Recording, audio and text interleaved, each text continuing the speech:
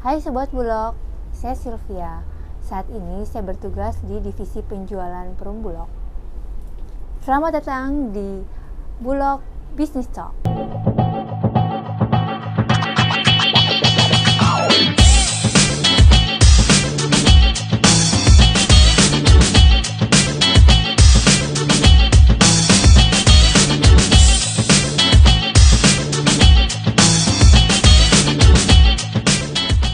Kali ini saya ingin sharing terkait e-commerce, transformasi digital dalam dunia bisnis. Saat ini pasti rekan-rekan semua sudah sangat mengenal e-commerce atau marketplace, di mana bahasa gaulnya adalah toko online. Pertumbuhan e-commerce sangatlah pesat dan ke depan diproyeksikan akan terus tumbuh mencapai nilai 8,8 triliun di tahun 2025. Jenis-jenis e-commerce yang umum saat ini adalah business to business atau transaksi antar perusahaan, business to customer atau B2C yaitu transaksi antara perusahaan dan konsumen, business consumer to consumer atau C2C yaitu transaksi antar konsumen, mobile commerce atau m-commerce yaitu transaksi e-commerce melalui perangkat mobile seperti ada di toko orange, toko hijau. Kemudian ada lagi yang baru adalah social e-commerce yaitu e-commerce yang terintegrasi dengan media sosial, contohnya di TikTok. Keuntungan apabila kita berbisnis di e-commerce antara lain yaitu aksesibilitas ke global atau ekspansi pasar, di mana kita itu bisa mencapai pasar global dengan lebih mudah, serta bisa membuka peluang untuk mencapai konsumen di seluruh dunia.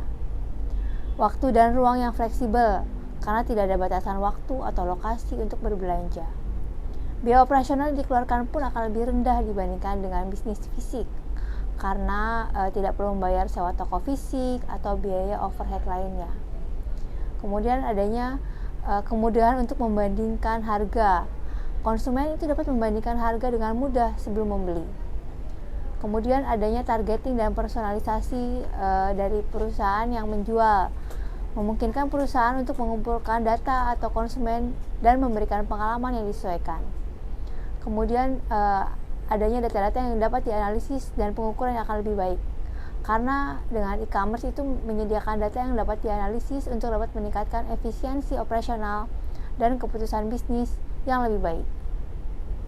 Bagi konsumen itu sendiri yang bisa berbelanja di e-commerce itu memiliki banyak kemudahan, yaitu kenyamanan berbelanja online, pilihan produk yang lebih luas dan aksesibilitas global, layanan harga yang lebih kompetitif dan penawaran diskon, serta layanan pelanggan yang lebih baik dan pengalaman yang lebih ditingkatkan oleh si penjual.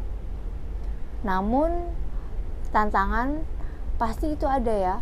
Tantangan yang dihadapi saat berjualan di e-commerce antara lain yaitu persaingan yang ketat, karena banyaknya, apalagi saat ini maraknya bisnis e-commerce yang bersaing dalam pasar yang padat. Kemudian adanya keamanan dan privacy, adanya risiko kebocoran data dan penipuan online. Logistik dan pengiriman, harus mengelola pengiriman barang dengan cepat dan lebih efisien. Pelayanan pelanggan, perlu membangun hubungan yang kuat dengan pelanggan dalam dunia virtual.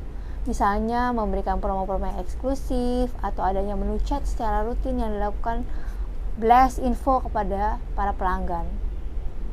Nah, untuk bisa sukses berjualan di e-commerce, ada beberapa tips nih yang bisa dilakukan, yaitu membangun situs web yang responsif, intuitif, dan mudah dinavigasi, mengoptimalkan mesin pencari dan strategi pemasaran digital, meningkatkan layanan pelanggan dan pengalaman pengguna, berinvestasi dalam strategi pengiriman yang efisien dan andal, pemasangan digital yang efektif seperti iklan online atau media sosial. Kemudian bisa menggunakan data dan analisis untuk mengambil keputusan bisnis yang cerdas untuk kedepannya. Kemudian personalisasi dan rekomendasi produk yang lebih relevan dengan memperhatikan keamanan dan pelindungan data-data konsumen.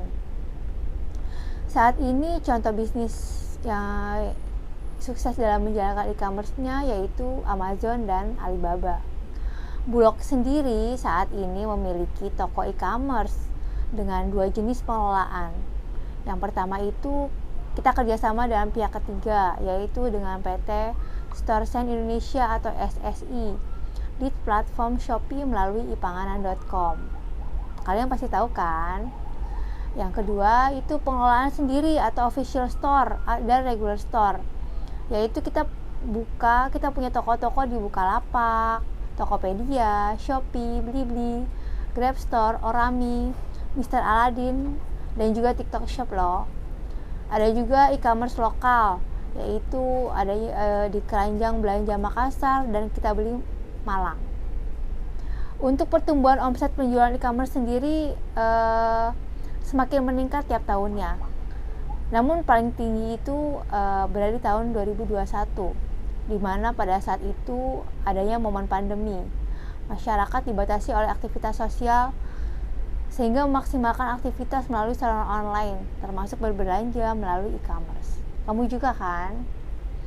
Nah, gambaran tren e-commerce di masa depan yaitu adanya aplikasi-aplikasi mobile commerce yang terus berkembang. Adanya perkembangan teknologi seperti augmented reality dan virtual reality dalam berbelanja online. Penggunaan kecerdasan buatan dan chatbot dalam pelayanan pelanggan untuk mempermudah komunikasi antara pelanggan dengan pemilik toko.